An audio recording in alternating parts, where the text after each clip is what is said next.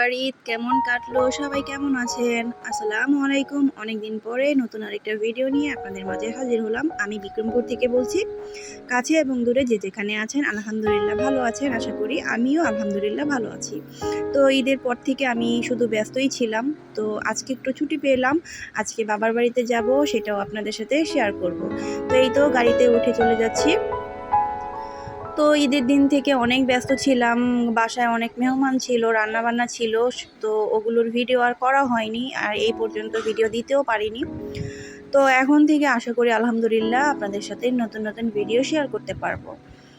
তো ঈদের ছুটিতে বাবার বাড়িতে যাচ্ছি, 2-3টা দিন থাকবো, আপনাদের সাথে নতুন নতুন ভিডিও শেয়ার করব।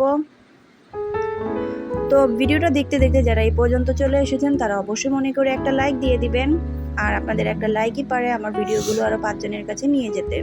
তো এই তো আপনাদের সাথে কথা বলতে বলতে আমি চলে এলাম আমার বাবার বাসায়। তো মাকে আসার আগে বলে রেখেছিলাম যে আজকে সকালে আমরা পান্তা ভাত খাবো, এর জন্য আলু ভর্তা, এখানে ডিম ভাজা, বড়া, তারপরে হচ্ছে পানি ভাত, তো সেটাও আপনাদের সাথে শেয়ার করলাম। আর নতুন যারা চ্যানেলটাকে দেখছেন তারা অবশ্যই চ্যানেলটাকে সাবস্ক্রাইব করে দিবেন, পাশে থাকা বেল আইকনটা চালু করে দিবেন, যাতে আমি ভিডিও ছাড়ার সাথে সাথে আপনাদের কাছে নোটিফিকেশন দিয়ে পৌঁছায় আর আপনারা আপনাদের সময় সুযোগ বুঝে আমার ভিডিওগুলো দেখে নিতে পারেন। তো সকালের খাবারটা খেয়েছি বাবার বাসায় এসে, কারণ অনেক সকালে সকালে চলে এসেছিলাম। তো আমার মেয়ে এখানে খাচ্ছিল পান্তা ভাত দিয়ে গরুর গোশত, আর এখানে আমি আলুর ভর্তা আর হচ্ছে বড়া দিয়ে ভাত খাচ্ছিলাম।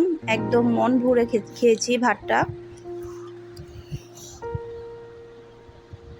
তারপরে বাবার বাসায় গাছে আম হয়েছে, এগুলোকে আমার বড় মেয়ে পেরেছে, পাড়ার পরে ভাবলাম একটু ভর্তা করে খাই, তো সেটাও আপনাদের সাথে শেয়ার করা। তো আমগুলো ছিলে নিয়েছি, তারপরে এখন আমি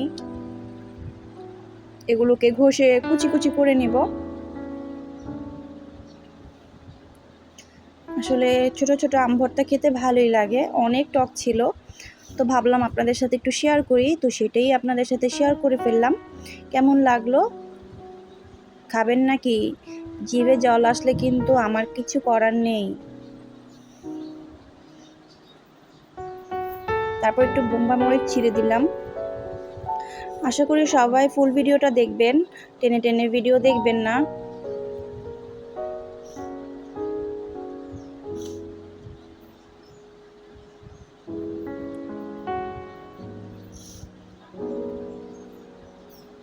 তো এই তো আম ভর্তা করা শেষ।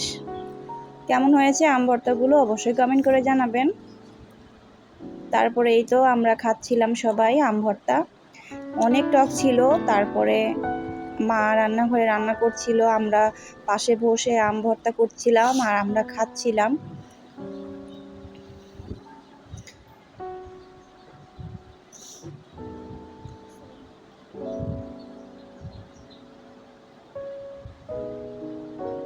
তারপরে এইদিকে মা রান্না করে নিয়েছে অনেক বড় শোল মাছ।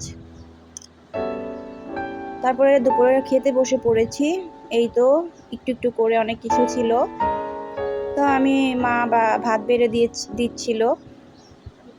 তো আজকের ভিডিওটা এই পর্যন্তই। সবাই ভালো থাকবেন, আমার জন্য দোয়া করবেন, আর আপনাদের সাথে নতুন নতুন ভিডিও যাতে নিয়ে আসতে পারি। তো সবাই ভালো থাকবেন। আসসালামু আলাইকুম, আল্লাহ হাফেজ।